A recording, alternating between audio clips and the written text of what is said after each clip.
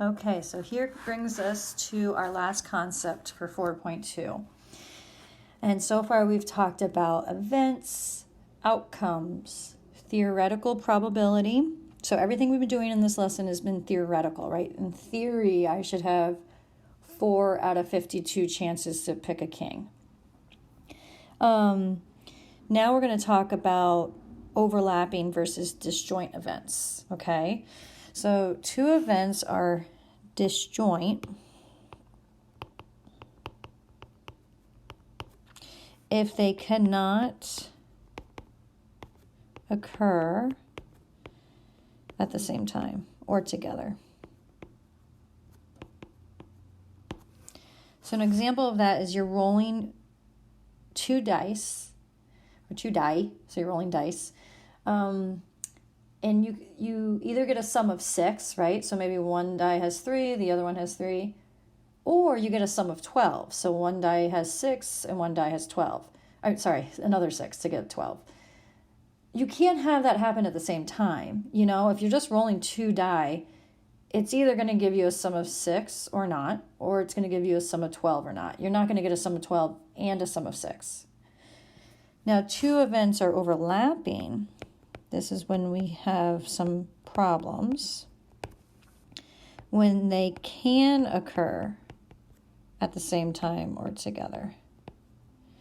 The reason for this is why it's an issue is because we tend to overcount. So an example of overlapping events, like bringing us back to those Venn diagrams, is when you have blonde hair and green eyes. That can happen at the same time. And so this brings us to this idea of when we ask for or probabilities. So we have covered ands, and that's when you use that operation of multiplication. If events A and B are disjoint, life is good. So the probability of either A or, keyword there, B occurs, it will be the probability of A plus the probability of B. Now, if these events are overlapping, then we have to deal with the fact of, okay, we still add, but we have to take away where they overlap.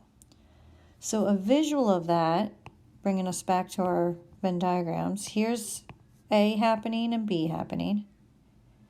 And I'm going to just label this 1, 2, and 3. Well, if I added, this piece, and let me get a different color for you, plus this piece, you can see here is the overlap, right? So I've added that twice, hence why you have to take it away. If they're disjoint, it looks like that, and life is good. There is no overlap, hence why you can just add them together. So a key thing here is when you have an and probability, you use multiplication. An or probability is addition. Now the reason for that is because or is either one or the other one or both are true, right? And means they have to be both true. Okay, so let's do an example. Example 9. A basket contains a strawberry, a lime, a yellow squash, and a green pepper. So I can see there's 1, 2, 3, 4 possible outcomes. So I know what my denominator will be. Now, A says, what is the probability that you choose a fruit or, keyword there, something yellow? Well, a strawberry is a fruit and a lime is a fruit. So you could jump the gun and say 2 out of 4, or if you want to do it step by step, it would be 1/4 plus the other option, which is the lime, 1 out of 4. And then here's the only thing yellow out of this list. So that's why I'm going to add 1 out of 4 again. So I get 3/4. Another option was, okay, wait, I have 2 fruits out of the 4 options, and I only have something yellow. So these things are known, so I get the same answer. This is known as disjoint, right? There was no overlap. It's either fruit or yellow with these outcomes. But now it says, find the probability you choose a fruit or something green. So the probability of fruit or green, well, we know it's 2 out of 4 chances we get a fruit, right? It's either a strawberry or lime. Plus, you have the lime is green, right? And the green pepper is green, so there's 2 out of 4. The problem is this guy, right? The lime is green and a fruit. So I overcounted, so I have to take that away. And so I get 3/4 again. The other option was you could have said, no, Stephanie, it's 2 out of 4. And then I just won't count that lime again and I just count that green pepper. That works too. But I really wanted to show you taking away the overcounting if it's not terribly clear. So these are known as overlapping.